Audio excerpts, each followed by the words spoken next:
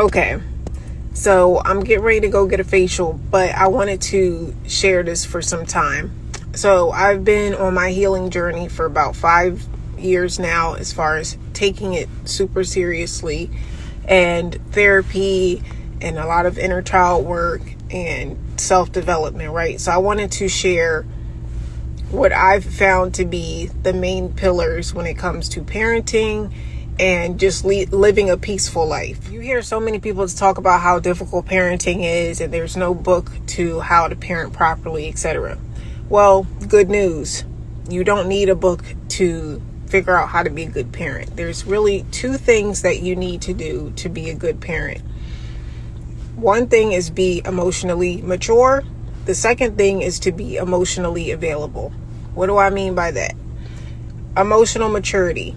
If you grew up with parents or one parent where you felt like you were the more mature one when it came to conflicts or difficult situations where you had to quote unquote parent your parents, then that means that you had an emotionally immature parent, right? And that puts a lot of stress and burden on children.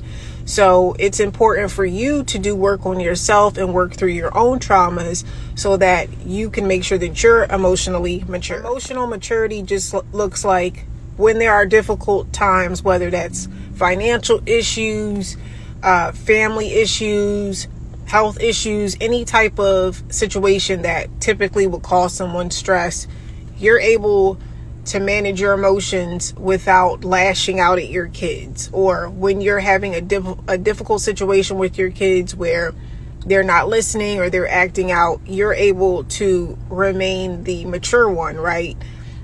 You don't lose control. You're able to teach them and guide them through difficult situations.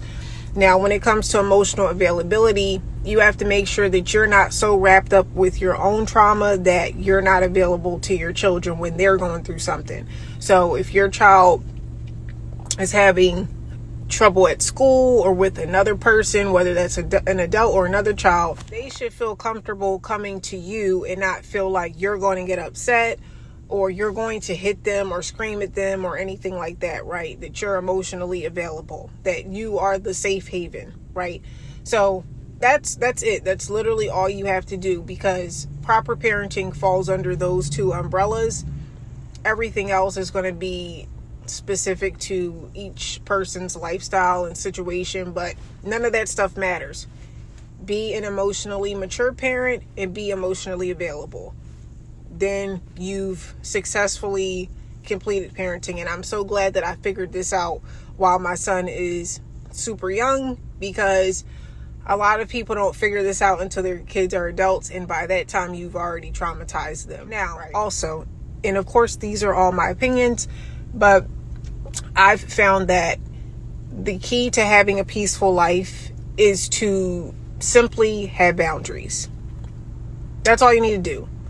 Have boundaries and have no guilt about your boundaries, right? Because so many of us, when people overstep or do something that we don't like, we don't know how to articulate that a boundary is being crossed. Or if we do set a boundary, if that person gives us pushback, then there's guilt around, telling the person that you have a boundary, right? No, because when you don't set boundaries with people, you are dishonoring yourself. You are abandoning yourself. And that causes you to start to have issues within where you don't even like yourself because you allow people to walk all over you. So be firm with setting boundaries. If somebody does something that you don't like, or you feel like it's disrespectful or whatever, just tell them. And don't go into detail where you're explaining yourself. Like if someone does something and it's crossing a boundary, just let them know, like, hey, don't do that. Please don't do that. Oh, why? But don't even entertain the back and forth, because then you're giving them something to go back and forth with you about. And then that allows them to be able to start gaslighting you or making you feel guilty about the boundary, or you start questioning yourself. No, just set the boundary, and they're supposed to just accept and respect the boundary.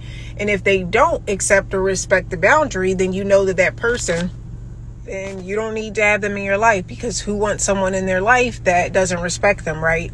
And you have so much more peace in your life when you have people around you that respect your boundaries, understand your boundaries, and you have a better relationship with self because you're honoring yourself, right? And you're putting yourself first. So I hope that this was helpful, and y'all have a good rest of your day. To accomplish everything that I went over as far as parenting and having a peaceful life, the key is to have self-awareness, because there are people who are watching this video who agree with what I'm saying and are shaking their heads like, yeah, exactly. But they are not a representation of what I'm saying, meaning they agree that it's important to be emotionally mature and emotionally available, but they're emotionally immature and emotionally unavailable. But they don't know it because they lack self-awareness. So that's why therapy is important, because therapy helps you with self-awareness, so you can process how you are actually responding to things, and not just what you think you're doing, but what you're actually doing and how people perceive you. Actions speak louder than words, right? So you can say you're a particular way. You could say you're a nice person, you're a calm person, you're very loving, you're very supportive. But if other people don't perceive you that way, then none of that matters. It's just words coming out your mouth. But based off of your behaviors, if people don't feel that way, or they take it a different way, then you're still negatively impacting those relationships. Now, I would say whenever you're getting feedback from someone about who you are or how you come off, make sure that you're speaking to someone that you know in your heart cares about you. You don't want to get this advice from, or this feedback from, your hater girlfriend that starts projecting on you, or it's just not giving you accurate information, right? Maybe you can use a parent or a spouse or even your child, right? And ask them how they perceive you, and that will also allow you to reflect on your self-awareness if therapy is not something that you're ready to do for whatever reason. But therapy is definitely, if you have a good therapist, will help you understand yourself better and have better self-awareness. If people had self-awareness in this world, if everybody had self-awareness, it'd be a much easier place to be, for sure.